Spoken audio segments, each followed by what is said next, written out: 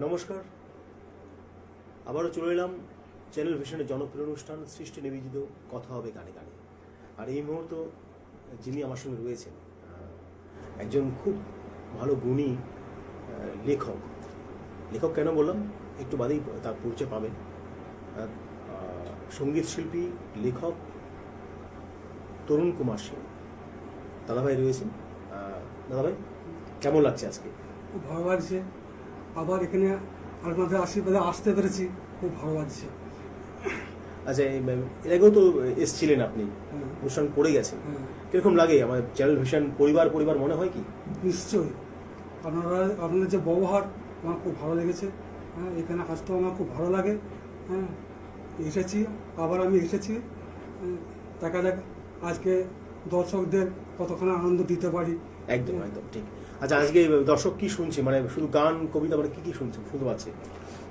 আজকে আমি প্রথম যেটা কবিতাটা বলবো, আপনার যে নৈহাটির বড় মা যে আছে, বড় মাকে নিয়ে নৈহাটি আমি যে গেছিলাম, আচ্ছা, বড় মাকে নিয়ে আমি একটা কবিতা লিখে নিয়ে গেছিলাম, আর সেখানে বলার সুযোগটা হয়নি।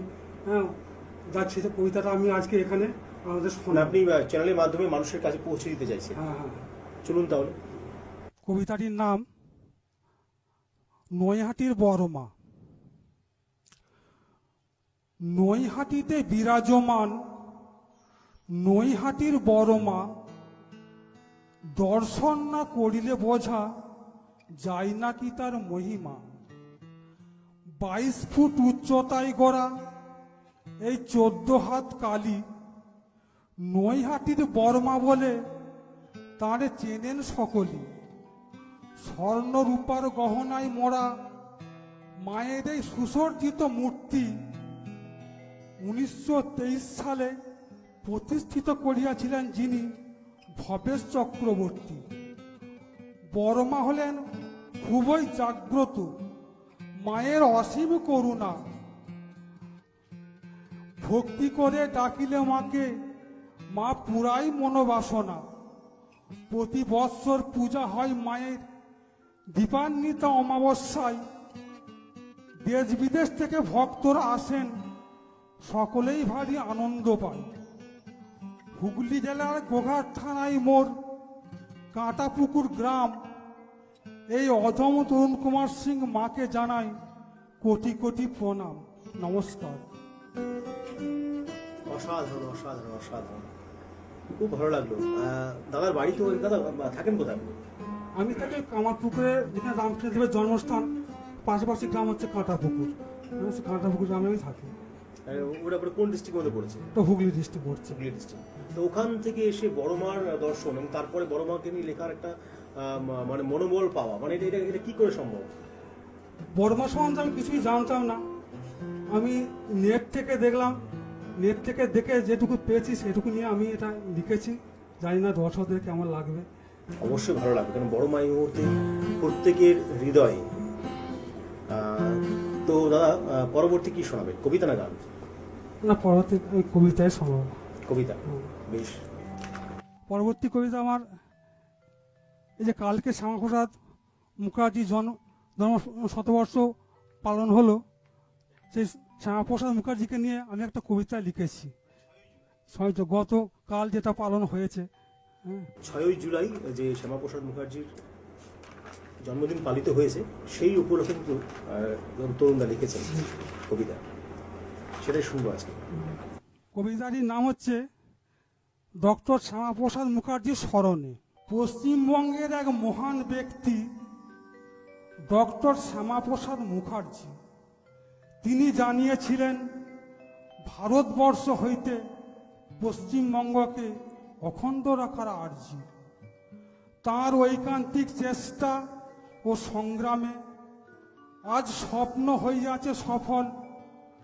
2026-এর 6ই জুলাই তাঁর জন্মদিনে শ্রদ্ধা জানায় বঙ্গবাসী সকল। পিতার নাম আশুতোষ মুখার্জি, যিনি বাংলার বাঘ নামে পরিচিত। যোগমায়া দেবী মাতার নাম ভারত কেশরী শ্যামাপ্রসাদ, তার সন্তান গর্ভাস্থ। কলিকাতার ভবানীপুরে হইল এই মহান ব্যক্তির জন্মস্থান। ভারতীয় রাজনীতিতে রাখিয়া গিয়াছেন তাঁর জীবনের অমূল্য অবদান। তিনি ছিলেন একজন রাজনীতিবিদ, শিক্ষাবিদ, ভারতীয় জনসংঘের প্রতিষ্ঠাতা ও ব্যারিস্টার। তিনি ছিলেন একসময় পরিবহন মন্ত্রী, যবে চলিয়াছিল নেহরুজির সরকার। জম্মু কাশ্মীর নিয়েছিল তার তীব্র বিরোধিতা ও মতবাদ। ভারতবর্ষে চালু হোক এক আইন এক নীতি, এই ছিল তার রুদ্ধশ্বাস প্রতিবাদ। জম্মু কাশ্মীরে বিনা পারমিটে প্রবেশ করায় হইয়াছিল তার জেলের স্থান। 1953 সালের 23শে জুন তার মৃত্যু রহস্যের আজও হয়নি অনুসন্ধান। নমস্কার। খুব ভালো, মানে এরকম একটি মানুষকে নিয়ে তার কবিতা রচনা, যা কিন্তু প্রতিটি বাঙালির হৃদয়ে। ভারতরত্ন শ্যামাপ্রসাদ মুখার্জিকে নিয়ে তিনি কবিতা লিখেছেন। আমি দাদার কণ্ঠে আমি কবিতা শুনেছি আগেও, তবে এই ধরনের প্রতিবাদী কবিতা বা এই ধরনের মানে কোনো ব্যক্তিত্বকে নিয়ে কবিতা কিন্তু কবে শুনেছি। দাদা, এই ধরনের ব্যক্তিত্বকে নিয়ে কবিতা লিখতে কিরকম লাগে? এরকম আমরা শুনেছি সলিল চৌধুরীকে নিয়ে লিখেছেন আপনি, এবার শ্যামাপ্রসাদ মুখার্জিকে নিয়ে। শ্যামাপ্রসাদ মুখার্জি সম্বন্ধে আমার কিছু জানা ছিল না, পাঠ্যপুস্তকও আমরা কিছুই পাইনি। এখন বর্তমানে শ্যামাপ্রসাদ মুখার্জিকে নিয়ে কালকে যে জন্মদিন তার পালন হলো, সেটা আমি নেট থেকে দেখে এই কবিতাটি লিখেছি। জানি না দর্শকদের কেমন লাগবে। আশা করি প্রত্যেকে ভালোই লেগেছে। যাই হোক, আচ্ছা তরুণদা, আপনি তো অনেক ধরনের কবিতা লিখেছেন। ব্যক্তি কবিতাও শুনলাম, মানে এর আগে সলিল চৌধুরীকে নিয়ে লিখেছেন, আজকে শুনলাম শ্যামাপ্রসাদ মুখার্জিকে নিয়ে লিখেছেন। তো আর কিছু আছে কি এরকম ধরনের? এই কবিতাটা যেটা বলবো, এটা হচ্ছে আমাদের মুখ্যমন্ত্রী নিয়ে লেখা, তাকে নিয়ে আমি কবিতাটা লিখেছি। মুখ্যমন্ত্রী মানে এই বর্তমান এখন যিনি রয়েছেন মুখ্যমন্ত্রী পদে, তাকে নিয়ে লিখেছেন। খুব ভালো। মুখ্যমন্ত্রী অ্যাকচুয়ালি একটা পদ, একটা দায়িত্ব, তো তাকে নিয়ে তো কবিতা লেখাই যায়, তো সেটা শুনবো অবশ্যই। আমি এবারে যে কবিতাটি শোনাবো, এটির নাম হচ্ছে সোনার বাংলা। পশ্চিমবঙ্গের মুখ্যমন্ত্রী হইলেন শুভেন্দু, সোনার বাংলা গরিবেন দিয়া রক্তবিন্দু। দুর্নীতি মুক্ত বাংলা গড়িতে তাহার অঙ্গীকার, আমরা হইলাম সেনাপতি তাঁর দুর্জয় দুর্নিবার। আমরা হইলাম বঙ্গবাসী একে অপরের বন্ধু, সোনার বাংলা গরিবেন দিয়া রক্তবিন্দু। আপন ধর্ম করিব পালন আমরা যে সনাতনী, মা বোনের মান রক্ষা করিব আসুক যতই অশনি। জয় শ্রীরাম ধ্বনি কণ্ঠে মোদের আমরা যে হিন্দু, সোনার বাংলা গরিবেন তিনি দিয়া রক্তবিন্দু। নমস্কার। অসাধারণ অসাধারণ। আমার মনে হয় মুখ্যমন্ত্রীও যদি এই কবিতাটি শোনেন তো বলবেন সত্যি খুব ভালো একটি কবিতা আছে। আমার মনে হয় তরুণদার এই প্রতিভাকে তুলে ধরা উচিত মানুষের, কারণ তিনি কিন্তু চেষ্টা করেন। তিনি অ্যাকচুয়ালি যেই কাজ তিনি তার কর্মজীবনে করেন, খুব কঠিন একটি কাজ, কৃষিকাজ, চাষবাস করা, সেই ধরনের কাজ করেও কিন্তু তিনি সময় পেলে সারাদিনের অক্লান্ত পরিশ্রম করে তিনি বাড়িতে ফিরে সন্ধ্যের পর তিনি যেমন মানুষ ওই সময়টা বিশ্রাম চান, তিনি কিন্তু বিশ্রাম না নিয়ে কবিতা খাতা নিয়ে বসে পড়েন, কবিতা লেখেন। এই যে তার চেষ্টা, এটা কিন্তু সত্যি তাকে কুর্নিশ জানাবার মতো। প্রত্যেকটা বাঙালির ঘরে ঘরে এই ধরনের সন্তান জন্মাক আমি মনে করি। পরবর্তী কি নিবেদন? পরবর্তী একটা কবিতা শোনাচ্ছি। এই কবিতাটির নাম হচ্ছে পার্বতীর পিত্রালয়ে আগমন। পার্বতীর পিত্রালয়ে আগমন। দুর্গা দুর্গা দুর্গা বলি, দুর্গা পূজায় এলো চলি, মহালয়ার পরে আকাশ বাতাস উঠিল মেতে নতুন সাজে সেজে। বছর বছর বাপের বাড়ি আসেন পার্বতী, সঙ্গে লয়ে কার্তিক গণেশ লক্ষ্মী সরস্বতী। চরণতলে মহিষাসুর সাজিয়া রণ সাজে, আকাশ বাতাস উঠিল মেতে নতুন সাজে সেজে। সিংহ পৃষ্ঠে পার্বতী, মহিষাসুর মহিষ বেশে, কখনো আসেন ঘোড়ায় দোলায়, গজে নৌকায় ভেসে। কলা বউ ঘোমটা দিয়া শুধুই মরে লাজে, আকাশ বাতাস উঠিল মেতে নতুন সাজে সেজে। ময়ূর পৃষ্ঠে কার্তিক, ইঁদুর পৃষ্ঠে গণপতি, লক্ষ্মী পেঁচাই লক্ষ্মী দেবী, হংসে সরস্বতী। ষষ্ঠী সপ্তমী অষ্টমী নবমী দশমীতে, কৈলাসে সবাই চলিয়া যায়, বিদায় বাজনা বাজে। নমস্কার। অসাধারণ অসাধারণ। সামনেই কিন্তু দুর্গাপুজো, তো এই কবিতার মধ্যে দিয়ে কিন্তু একটা সেই আগমনী বার্তা অলরেডি আমরা বাজিয়ে দিলাম। তো পুজো আসার আগে যে মুহূর্তটা, যে পুজো আসছে যে আনন্দ, মনে পুলকিত হওয়া, তো এই কবিতার মধ্যে দিয়ে কিন্তু সেটা প্রকাশ পেল। আচ্ছা দাদা, পরবর্তী কি নিবেদন? পরবর্তী এবার যে কবিতাটা শোনাবো, এটা মা মনসাকে নিয়ে লেখা। আচ্ছা। আমার পরবর্তী কবিতা মা মনসার পূজা প্রার্থী। ওরে চাঁদ তুই পূজা দে রে মা মনসার, পূজা দিলেই ফিরে পাবি সুখেরও সংসার। ওরে চাঁদ তুই পূজা দে রে মা মনসার, তুই ফিরে পাবি সপ্ত ডিঙি সকল পুত্রগণে। একবার ভক্তি করে দেনা রে ফুল মায়েরই চরণে, তোর হাতেই পূজা নেবে এই ইচ্ছা তার, পূজা দিলেই ফিরে পাবি সুখেরও সংসার। পতি শোকে সতী বেহুলা গাঙুরের জলে, সব দেহ সঙ্গে লয়ে ভেলাই ভেসে চলে। ভেসে ভেসে কোথায় যাবে নাই ঠিকানা তার, পূজা দিলেই ফিরে পাবি সুখেরও সংসার। ওরে চাঁদ তুই পূজা দে রে মা মনসার। নমস্কার। অসাধারণ সত্যি। তরুণদার কবিতা আমি শুনে ভাবি যে ইনি মাঠে চাষ করেন, মানে মাঠে চাষের পর যে এই ধরনের ভাব বা এই ধরনের ভাষা তার হাতে উঠে আসে, এটাই কিন্তু সবচেয়ে বড় একটা প্রাপ্তি আমাদের কাছে। তরুণদার কণ্ঠে আরও বেশ কিছু কবিতা এবং গান শুনবো। তরুণদা, এই যে কবিতা লেখা কতদিন ধরে চলে, আপনার মানে চালাচ্ছেন এই কবিতা লেখা? কবিতাটা বললাম যে আমি আগে তো আমাকে বলেছি যে আমি যখন 7-8-এ পড়ি তখন থেকে আমার লেখার ঝোঁকটা ছিল। তারপরে তখন থেকে শুরু করেছি, একটার পর একটা লিখে লিখে আমি খাতায় জমা করে গেছি। সেটাই এতদিন পর তার মানে বাইরে প্রকাশ পাচ্ছে আর কি। হ্যাঁ, এতদিন আমিও ভাবতে পারিনি যে কোনোদিন এসব জায়গায় আসতে পারবো না, আমারও ভাবা থাকেনি। যাক, ঈশ্বরের কৃপায় আমাদের 5 জনের আশীর্বাদে আমি আজকে আসতে পেরেছি। আমাদের চ্যানেল ভিশনে কিন্তু একটা প্রচেষ্টা, মানে আমরা চেষ্টা করি যে সমস্ত শিল্পী বা প্রতিভাবান মানুষ যারা এখনো পর্যন্ত সেভাবে মানে মানে মানুষদের সম্মুখে মানে সে পরিচয়ের মুখে আসেননি, তো পরিচয়ের জায়গাটা পাননি, তো সেই সব ধরনের শিল্পীদের আমরা তুলে নিয়ে আসার চেষ্টা করি। তো ঠিক সেরকমই তরুণদা কিন্তু একজন প্রতিভাবান শিল্পী, মানে বাচিক শিল্পী, খুব ভালো কবিতা লিখেন, খুব ভালো গানের সুর দেন। আজকে তার কয়েকটি গানও আমরা শুনবো, তার নিজের লেখা নিজের সুরে। আমার পরবর্তী কবিতা ভাদ্রী দ্বিতীয়া। সারা বৎসরে একবারই আসে এই ভাদ্রী দ্বিতীয়ার দিন, ভাইয়ের কপালে ফোঁটা দিয়া বোন বলে অমর হোক ভাই চিরদিন।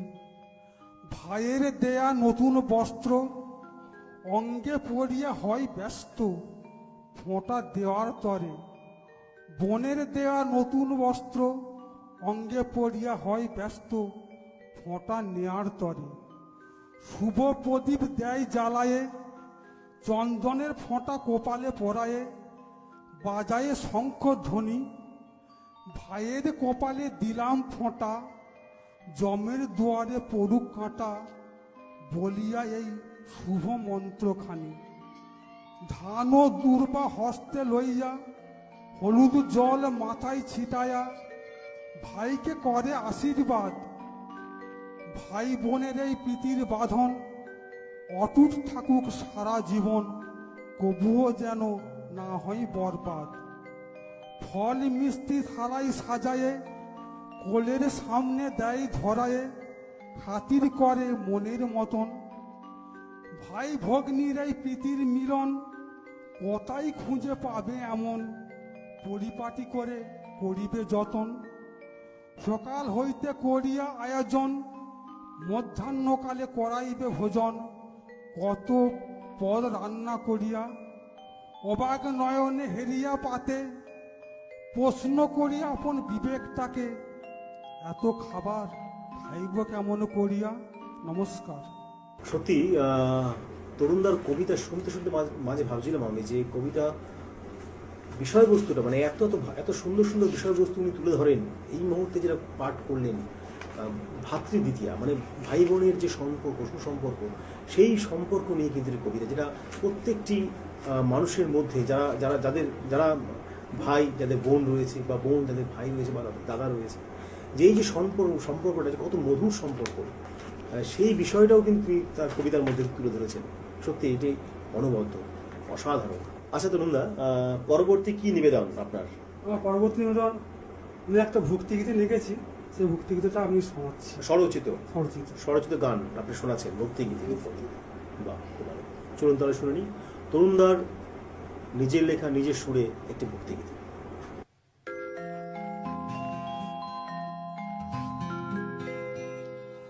আমি গানেরই মধ্য দিয়ে তোমার করি ভজনা,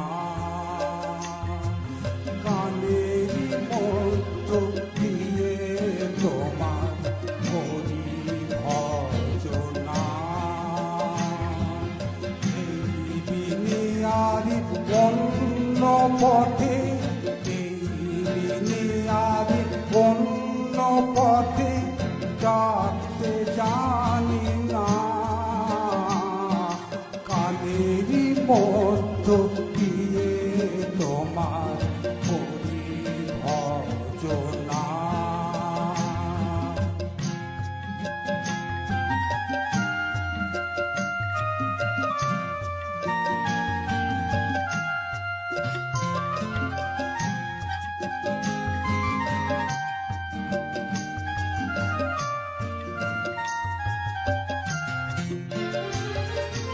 দাও না দৃষ্টি আমার পানে, কেমন পাগল তোমার টানে। দাও না দৃষ্টি আমার পানে, কেমন পাগল তোমার টানে। বাজিয়ে তুমি নাও না দেখে, বাজিয়ে তুমি নাও না দেখে, মোর মনোবিনা কালেরই মধ্য দিয়ে তোমার করি ভজনা।